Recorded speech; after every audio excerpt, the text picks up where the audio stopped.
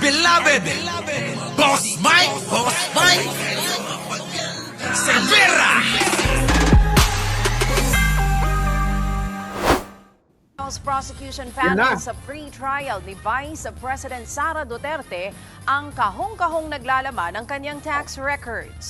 Posible raw kasi nitong mapalakas ang mga ebidensya laban sa umano'y hindi maipaliwanag na yaman ng Vice Presidente. Yan po ang Express Report ni Yan yung sinasabi ko sa inyo. Ilang content na to dito sa unboxing ng mga ebidensya na galing sa Bureau of Internal Revenue, BIR mga kababayan. Ano yan? Ito hong binabayarang taxes ni Sara Duterte kung tugma ba sa kanyang dinideklara sa kanyang salin mga kababayan. Nakaw! Dahil etong si Sara Duterte, mapagpanggap ito. Nagpapanggap na walang pera, mahirap. Pero bilyon-bilyon ang pumapasok sa account. Putak. Bayan Los Baños. Yan na. Sa ika-4 na araw ng pre-trial conference, may hiniling ang prosekusyon sa Senate Impeachment Court. Buksan na raw ang sinasabing BIR box. Inaasahang laman nito ang tax records ng mag-asawang Vice President Sara Duterte at Attorney Man Scarpio. So since we are in the marking of exhibits, this is the proper stage na kailangan na rin siguro buksan yan para magkaroon na ng inventory of the contents of that particular BIR box. Posible raw itong magamit na ebidensya sa impeachment complaint tungkol sa umano'y unexplained wealth ng bise. Yan, kita nyo? Ayun, nakita ko na yung Ayun, nakita nyo ba yung naka-face mask? Yan yung ini-issue ngayon kay Sara Duterte. Pero mga kababayan ko, eto na nga. Wealth ng bise. Eto ho yung ini-issue. Oo, ulit. Of that particular BIR box. Posible raw itong magamit na ebidensya sa impeachment complaint tungkol sa umano'y unexplained wealth ng bise. Ang magagamit daw po yan, ito pong nilalaman ng mahiwagang kahon o box. Patungkol po rito sa hindi maipaliwanag na kayamanan ni Sara Duterte. Nako, hindi lang ho ito yung mga baril kamakailan na nadiskubre na hindi rin nakadeklara sa kanyang salin. So maaaring makita rin dyan lahat kung totoo nga ba na nagbabayad ng tapat na buwis. Ito pong nagngangalang Sara Duterte at Man Scarpio. Ay, nako mga kababayan, delikado.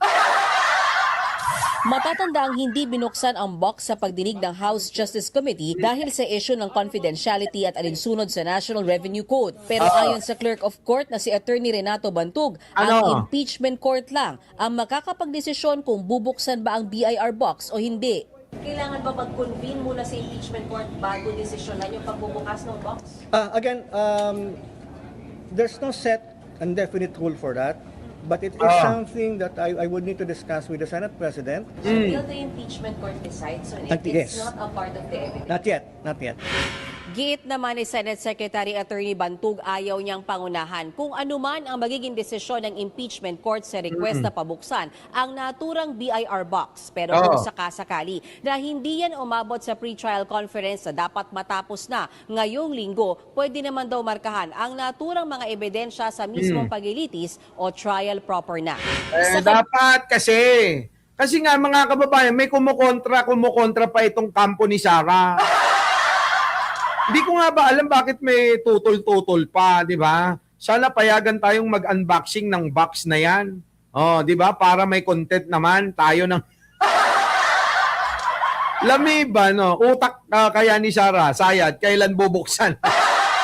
Ewan ko, Benji Bernardo, Arnold Lopez. Maring Joji, baka nga nagkatikiman na yan. Sino? Oy, si Sara, kayo talaga. Nagkatikiman na, tsaka yung Uy, grabe kayo nagchichismisan kayo ni Aichang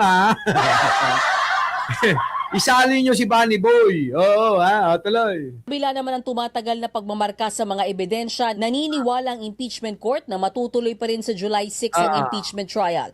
Samantala, tinabla ng House Prosecution Team ang sinabi ng defense team ni VP Sara na hindi sumasali sa pagmamarka ng mga ebidensya ang mga kongresistang prosecutor. Ayaw ho namin sanang patulan pa itong mga pag-spread pa ho ng fake news so we could Kita nyo mga kababayan, walang katapusang paggawa ng fake news talaga itong si Sara Duterte. Wanang ina talaga mga kababayan. Kita nyo pati itong mga prosecution team natin na uusig kay Sara Duterte, ginagawan ng fake news. go on to discuss yung more substantive matters. Yung issue na yun that they didn't have enough personnel, that came from the defense. No? Nung Monday, they admitted that they lacked necessary personnel to accommodate yung gustong arrangement with respect to how many marking teams there will be. Gusto nyo, punuin nyo na. Gusto nyo, magbo-volunteer na kami. Gusto nyo, meron kami rito, 1,000. Volunteer, 1,000. Wala ang tagal eto na mga kababayan, pakinggan natin ang abogado ni Sara Duterte. Po kasi, i-connect itong BIR documents doon sa SALN ng Vice Presidente. Most likely po, yun ang ating pong kaisipan dito. So, yung pong SALN issue naman, kayo ay tutol na isama sa mga ebidensya ng prosecution yung SALN ni VP Sara before she became Vice President. Wait lang, bakit hindi pwede? Mga kababayan, tignan nyo. Halata nang may tinatago. Tumututol daw ang kampo ni Sara Duterte na isama yung pong kanyang salin nung mayor pa siya. Ang gusto nila mga kababayan, isama, ang imbestigahan lang daw ay salin ni Sara nung naging vice presidente siya. Pwede ba naman yun? Sabi nga sa kasabihan, ang hindi marunong lumingon sa pinanggalingan ay hindi makakarating sa paroroonan. Ngayon pinagkakait na yung balik tanaw. Kung ganyan, ayun mga kababayan kayo hindi ko naman kayo tinuturo ang maging malisyoso. Pero mga kababayan, anong ibig sabihin yan? Na tila ba meron ng tinatago agad sa sinasabi nila na wag daw isasama yung pong salin niya nung mayor pa siya ng Davao. Wait lang. Pwede ba yun? Kayo, tatanungin natin ang taong bayan. Kayo mga kababayan, payag ba kayo na hindi isali ang salin niya nung panahon na mayor siya? Sa mga hindi papayag, press 1! Mga kababayan, ako'y kinakabahan din Mukha talagang si Saray may pinagtatakpan din Hindi kami papayag. Lagot na. Kung lulusot lang naman, Boss Mike. Wala Di pwede yan, ilabas lahat. Sabi rito Issue naman, kayo ay tutol na isama sa mga ebidensya ng prosecution yung SALN ni VP Sara before she became Vice President. Correct. Yes po, sir. Yan naman po ang naging posisyon natin na inilagay na rin natin sa ating answer. No? Kung maalala nyo, nag-file tayo ng answer kamakailan doon sa impeachment complaint. At isa yan sa mga bagay na ni-raise namin. No? Although I have to tread carefully kasi we cannot discuss the merits. So I will kita nyo, hindi daw niya pwedeng discussin yung merit nung kaso yung nga po, yung salin etc. na mga di daw dati pwedeng malaman.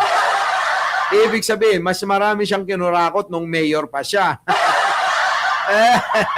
Ay, nako, ayan, nagagalit na. Yan, magkakagulo na yan talaga. Kayo, mga kababayan ko. Yari na nga Grabe, no, mga kababayan. Bakit kaya? Anong meron? Tanong ko lang. Ano kayang meron? Bakit kaya ayaw nilang isama? Sige nga, paki-comment nga. No, grabe, no? May pinagtataguan ba sila? Meron bang ayaw nilang malaman natin? Meron bang mga bagay na kailangang itago sila? Di ba mga kababayan, eto lang yun Jerry Cabe. Ai Chang, Ninita. Kayab-yab. Simple lang, JC, Jerry Lynn Asuncion.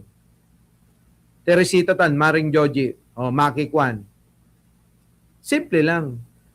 Kung wala kang tinatago, i-open mo lahat.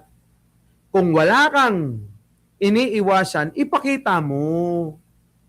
Kung wala kang kasalanan, bakit ka matatakot? Napakasimple, di ba mga kababayan?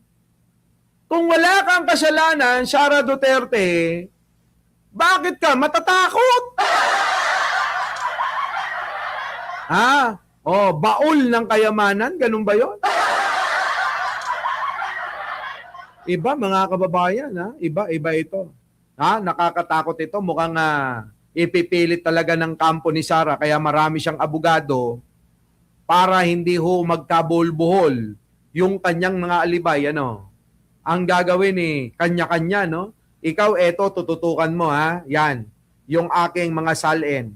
O ikaw naman ang tumutok kay Mary Grace Piatos. O ikaw naman, tumutok sa aking pagbabanta. O ikaw naman, tumutok sa mga ghost student. Di ba? Yung mga ghost student, mga kababayan, di ba? Nako! Di ba? Grabe ka, Micol Sky. Malaman ni Chris Uloy, yari ka. May mga illegal nga ni... Di ba? Bilyon utang ni Sara sa gobyerno. Laka. Mga kababayan, magkakayarian talaga ito. Magkakaalamanan ito. Kasi ako, kung ako tatanungin, mas gusto ko na maimbestigahan, masama yung salin niya nung mayor pa siya. Kasi doon nag-umpisa, matutuntun natin, saan ba galing talaga ang pera mo, Sara? Diba? Doon kasi yan saan ba? Saan ba yan nanggaling? Siyempre mula nung nag-umpisa kang pumasok sa politika, huwag mo ligawin yung mga investigador o mag-iimbestiga. Kasi baka mamaya sa gitna, magugulo lang. Umpisa na natin sa umpisa. Mag-umpisa tayo kung saan ka na unang nagnakaw, hayop ka. Tao ka mo ha!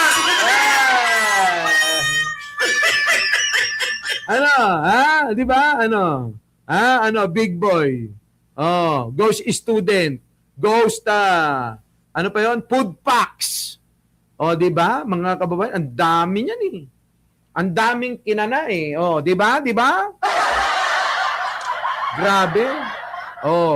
Kayo, ano masasabi nyo? Payag ba kayo? Pakinggan pa nga natin. Very factual lang po. No? Okay. So, we filed an answer and included in that answer our position na according to the Supreme Court decision in the case of Duterte versus HOR, Nakita nyo mga kababayan, gumagamit na ho ng mga bagay na makakaligtas si Sara. Kita nyo? Ginagamit na ho yung mga batas-batas ng mga kababayan para sa ating mga Pilipino. Simple lang unawain yan. Ulitin ko. Ano ang kinabubutong mo? Naiilokano ko eh. Ano ang kinatatakot mo? Ano ang kinatatakot mo nga eh? Kung wala ka namang tinakaw, anong ang kinabubutang mo? Kung wala ka namang tinakaw. Yung mga kamag-anak ko, ganyan eh. Bakit nga eh? Diba? Wag kang mabubutang Bakit ka nga nabubutang nga eh? Okay ni Nam, nga Sara. Laglag nagtatakaw.